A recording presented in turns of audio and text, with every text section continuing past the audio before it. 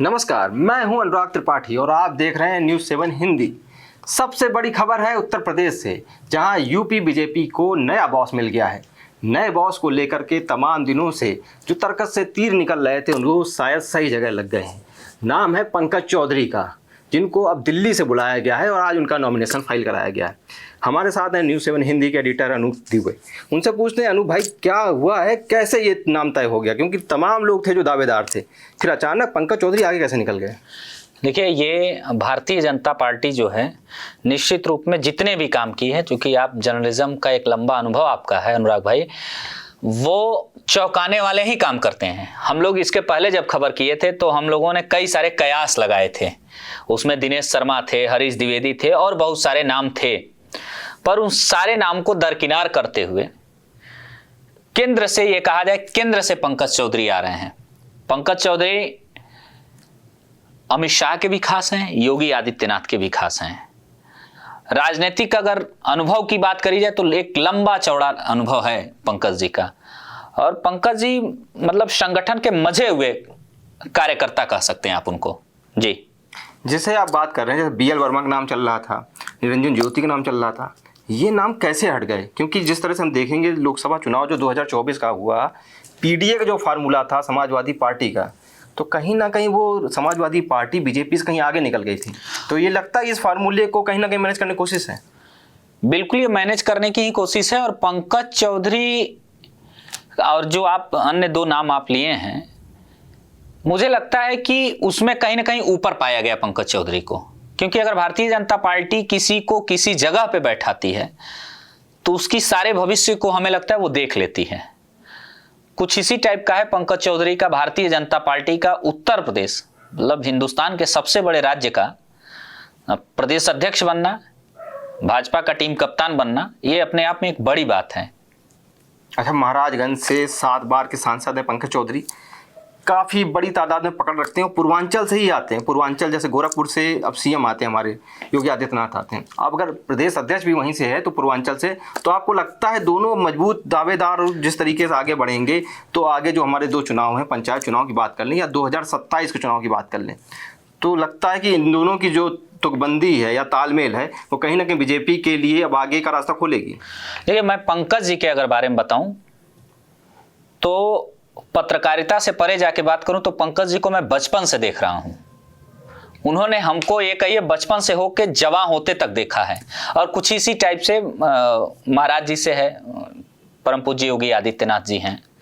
चूंकि परम पूज्य इसलिए लगा दिया कि वो एक पीठ के महंत भी हैं और वो रिश्ता है हम लोगों से।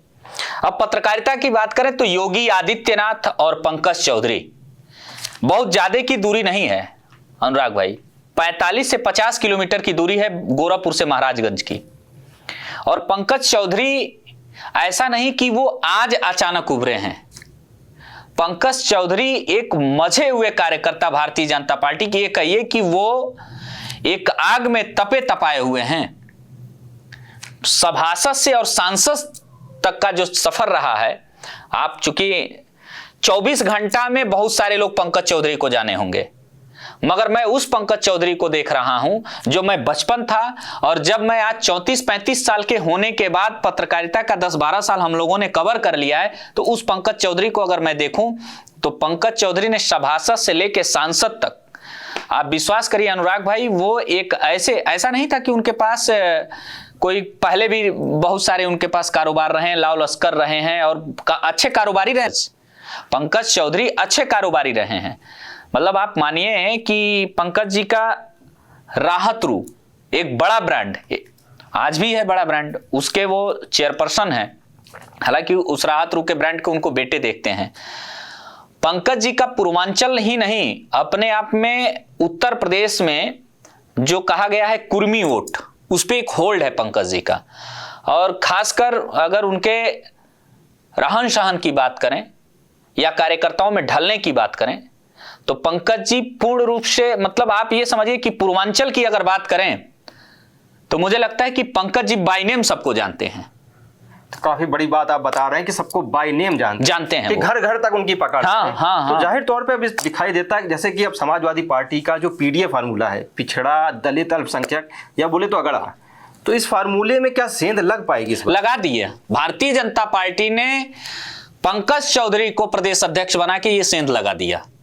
अब तक लग रहा था कोई अगड़ा से कोई ब्राह्मण चेहरा आ सकता है, कोई और आ सकता है, मगर पंकज चौधरी के प्रदेश अध्यक्ष बनने के बाद ये मान के चलिए कि पीडीए में आज ही अभी से खलबली मच गई होगी, क्योंकि पंकज चौधरी का एक होल्ड है अनुराग भाई, और वो महाराजगंज में इस टाइप का होल्ड रखते हैं कि वो विधायक बनाते हैं, ब्लॉक प्रमुख बनाते हैं, वो चेयरमैन बनाते हैं, नगर पंचायत अध्यक्ष बनाते हैं, और जहां जाते हैं एक तरफ अपने वर्ग के वोट को एक तरफा करके ले जाते हैं। और आप विश्वास मानिए कि पंकज चौधरी वो पंकज चौधरी हैं कि खेत के मेड़ पे भी बैठ के लंच करते हैं, तो सदन के और एक 5 स्टार होटल में भी बैठ के लंच करते हैं। तो उनका जुड़ाव हमेशा जमीन से है। मैं बार बार कहता हूं कि कोई भी राजनीतिक दल हो या कोई भी राजनीति करने आ रहा है, जब तक जमीन से जुड़ा नहीं रहेगा वो हवा में रहेगा, तो हवा हवाई हो जाएगा अनुराग भाई। अच्छा, जैसे नॉमिनेशन में हमने देखा कि सीएम योगी उनके प्रस्तावक थे और दोनों डिप्टी सीएम भी पहुंचे, तो क्या लगता है कि सीएम योगी की भी इसमें मर्जी पूछी गई है या बिल्कुल बिल्कुल बिल्कुल पूछी गई होगी।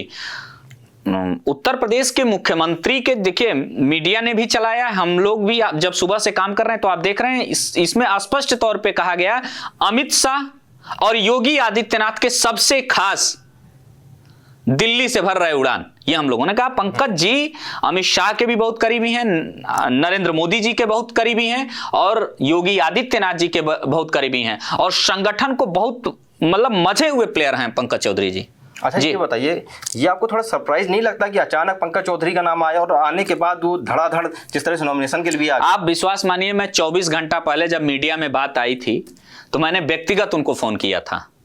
मैंने कहा कि ऐसी बात चल रही है। उन्होंने कहा कि भाई मीडिया है, कयास लगा रही है, और उन्होंने मजाकिया अंदाज में कहा कि तुम भी मीडिया में हो, कयास लगा सकते हो।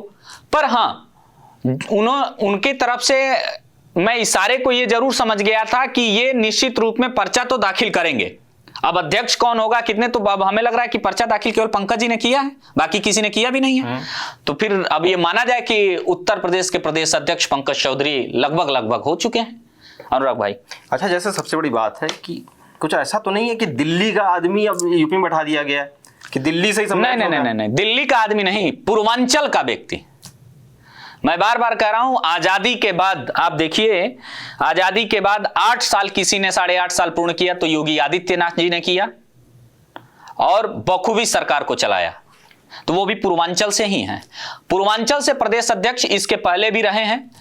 तब भारतीय जनता पार्टी सत्ता में नहीं थी, सूर्य प्रताप शाही जी थे, डॉक्टर रमापत राम त्रिपाठी जी थे।